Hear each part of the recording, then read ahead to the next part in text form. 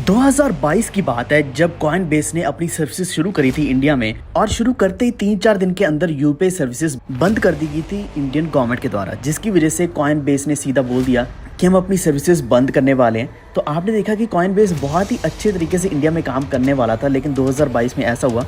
अभी फिर से एक नई अपडेट आ रही है कि कॉइनबेस फिर से अपनी सारी सर्विसेज को सीज करने वाला है।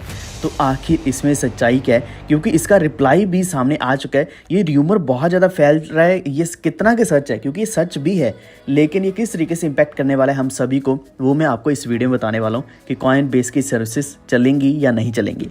इसी के साथ साथ क्या कि क्रिप्टो करेंसीज को लेकर रेगुलेटरी फ्रेमवर्क के ऊपर काम चल रहा है। G20 में प्लान्स बनाए गए हैं और बहुत ही अच्छी अपडेट आई है, वो ये आई है कि बैन नहीं करी जाएंगे क्रिप्टो करेंसीज। एक बहुत अच्छा फ्रेमवर्क बनाया जा रहा है जो हम अभी डिस्कस करेंगे। तो वीडियो पूरा देखते रहना। चैनल पर पहली बार आए तो प्लीज़ सब्सक्राइब करके बेल आइकन दबा लीजिए, ताकि आप तक आने वाली वीडियोस के नोटिफिकेशंस हमेशा पहुंच रहे हैं। बाकी अपडेट्स आपको हमारे टेलीग्राम के ऊपर मिलती रहेंगी, वॉल्फ ट्रेड ऑफिशियल आप सर्च कर सकते हैं, या फिर आपको लिंक डिस्क्रिप्शन में मिल जाएगा, जहाँ पर हम सारी अपडेट्स सबसे पहले डालते हैं। तो आगे बढ़ने से पहले हम सबसे पहले यही बात कर लेते हैं कि कॉइनबेस की सच्चाई क्या है। तो कॉइनबेस की सर्विसेज बंद हो रही हैं। जी हाँ, ये बिल्कुल सच है। ये बहुत सारी रिसोर्सेज ने अपडेट किया है, बहुत लोगों को मेल भी आया है कि उनकी सारी कॉइनबेस रिटेल सर्विसेज डिसकंटिन्यू करी जा रही हैं, जिसमें साफ साफ इन्होंने ये कहा कि रिटेल जो सर्विसेज हैं वो कुछ ऐसे अकाउंट्स की बंद करी जा रही हैं, उनकी जो एक्सेस है वो डिसेबल करी जा रही है, और साफ साफ उनको ये भी बोल दिया गया कि अपना जितना पैसा है वो निकाल लो हमारी एक्सचेंज से। और इसका रीज़न भी इन्होंने साफ बताया कि आपने हमारे जो अपडेटेड स्टैंडर्ड्स हैं उनके हिसाब से आपने फॉलो नहीं किए स्टैंडर्ड्स को, आपने स्टैंडर्ड्स को ब्रीच किया है, जिसकी वजह से हम आपके अकाउंट्स को रन नहीं कर पाएंगे और आपके अकाउंट्स को डिसेबल कर दिया जाएगा। जी हाँ दोस्तों, ये ईमेल बहुत से रिटेल कस्टमर्स जो कि कॉइनबेस के ऊपर एक्सचेंज जिन्होंने अपना अकाउंट बनाया हुआ था उनको आया है, जिसकी वजह से एक र्यूमर फैला कि शायद कॉइनबेस बिल्कुल ही बंद होने वाला है। लेकिन कॉइनबेस ने साथ के साथ अपना एक जवाब भी दे दिया, जिसमें इन्होंने बताया कि सच्चाई है कि ये जो सर्विसेज बंद करी जा रही हैं, ये जो वार्निंग्स दी जा रही हैं कि 25 सितंबर तक सर्विसेज डिसकंटिन्यू कर दी जाएंगी, अकाउंट्स डिसेबल कर दिए जाएंगे, आपके फंड्स को निकाल दिया जाएगा या फिर निकालना चाहिए आपको एक्सचेंज से, वो सिर्फ कुछ ही लोगों को मेल आया है। यानी कि सारे इंडियन कस्टमर्स को नहीं आया है, सिर्फ उनको आया है जिन्होंने एक्सचेंज के स्टैंडर्ड्स को ब्रीच किया है। लेकिन इसका बाकी कॉइनबेस के यूजर्स के ऊपर इम्पैक्ट नहीं पड़ रहा। ऐसा नहीं है कि सारे अकाउंट्स बैन किए जा रहे हैं, यहाँ पे कुछ ही अकाउंट्स हैं जिनको बैन किया जा रहा है। तो आपको घबराने की ज़रूरत नहीं है, क्योंकि कॉइनबेस की आज हम बात कर रहे हैं। शायद आपको लग रहा होगा कि कॉइनबेस तो आप यूज़ भी नहीं करते, क्यों कॉइनबेस की हम बात करें या सुने। सच्चाई है कि जब कॉइनबेस इतनी बड़ी एक्सचेंज जो इंडिया में आई है, अगर वो काम नहीं कर पाएगी तो सारी एक्सचेंजेस के ऊपर इसका प्रभाव पड़ता है। इंडिया में जो क्रिप्टो करेंसीज हैं उनकी रेगुलेशंस के ऊपर और जो क्रिप्टो करेंसी यूजर्स हैं उनके ऊपर, सबके ऊपर बहुत बुरा इंपैक्ट पड़ता है। लेकिन फाइनली अच्छी न्यूज़ यही है कि एक्सचेंज इसी तरीके से रन करने वाली है। दूसरी अच्छी अपडेट ये आई है कि क्रिप्टो एसेट्स जो हैं उनको बैन नहीं किया जाएगा, क्रिप्टो करेंसीज को बैन नहीं किया जाएगा।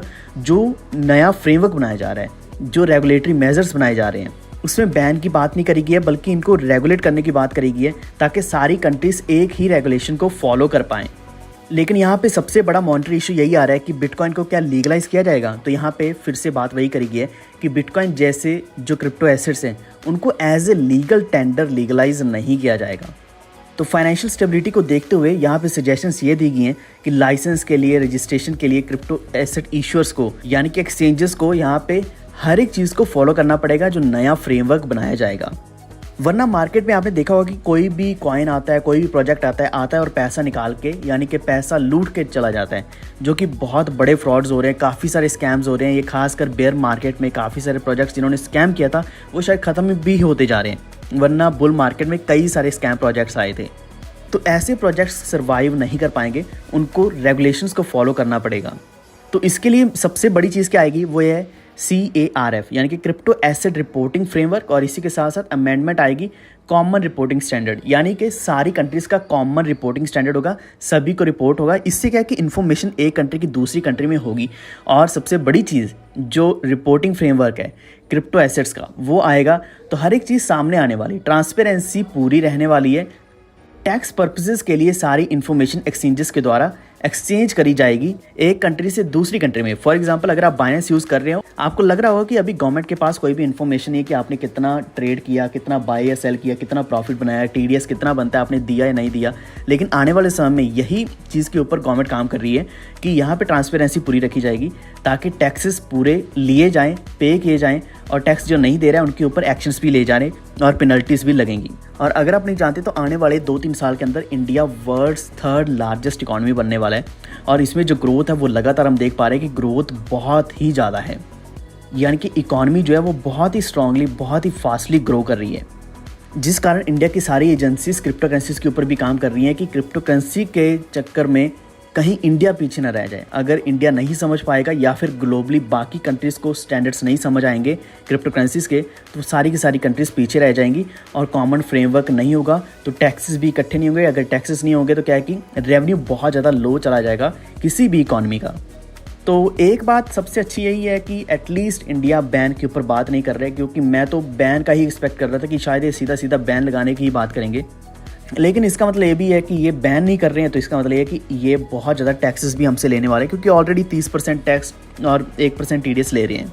और जब ये रेगुलेशंस आ जाएंगी इससे क्या कि CBDC से अभी एक कंट्री से दूसरी कंट्री में ट्रांजैक्शंस बहुत ही ईजिली हो पाएंगी। तो आज के हमारे इस वीडियो में इतना ही। एंड हाँ, आपको घबराने की ज़रूरत नहीं है, कॉइनबेस कहीं नहीं जा रहा है, कॉइनबेस अपनी सर्विसेज इसी तरीके से देगा। हालांकि इस न्यूज़ से क्या कि 4 से 5% कॉइन का प्राइस यानी कि इसके शेयर्स का प्राइस नीचे गिरा है।